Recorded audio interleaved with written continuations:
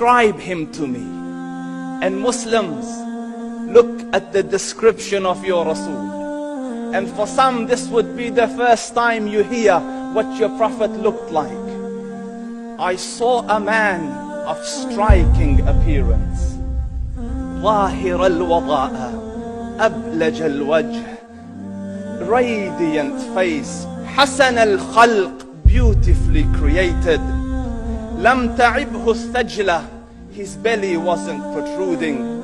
ولم تزر به السعلة, nor was his head disproportionate and small. وسيم قسيم, proportionate and delicate, finely made, a specimen of a creation. في عينيه دعج, in his eyes there was a contrast. The dark was immensely dark, the white was excessively white. وفي أشفاره وطف, and his eyelashes were long. وفي صوته صهل, and in his voice was a natural echo. وفي عنقه سطع, and his neck was elegantly long. وفي لحيته كثاثة, his beard was full and thick. أزج أقرن, his eyebrows were arched, but they were not joint, it was separated. In summit فعليه الوقار, when he was silent, dignity covered him. وإن تكلم سماه وعلاه البهاء, and when he spoke it was audible and clear, almost commanding and overtaking. أجمل الناس وأبهاهم من بعيد, from afar the most striking and outstanding in appearance. وأحسنهم وأجملهم من قريب, and when he came near, the best of them and the most handsome of them in closeness. حلو المنطق, such an exalted and sweet level of logic. Like when he used to speak, it was so coherently logical, it was smooth and easy to understand. فصل لا نزر ولا هذر, he was to the point, not excessive nor too short. كأن منطقه خرزات نظم يتحدرن, his logic, his utterances, his words were like jewels coming out of a necklace, calculated, polished, one after the other, it would flow magically. ربعة, he was medium in height.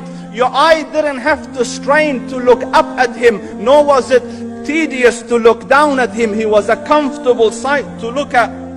له رفقاء يحفون به, he had friends, the people that were with him, they were working around him to try to serve and protect him. إن قال سمعوا لقوله, when he used to say something, they used to hearken to what he used to say. وإن أمر تبادروا إلى أمره, when he commanded, they used to compete to fulfill the command. This is Muhammad Rasulullah. This is Muhammad Rasulullah. Anas ibn Malik says, he says, I came out one night, it was the full moon night.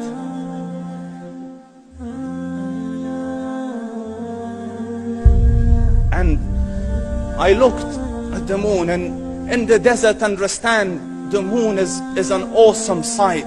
It is smooth, it is radiant, it is clear, it is gentle compared to the scorching sun at which they are used to.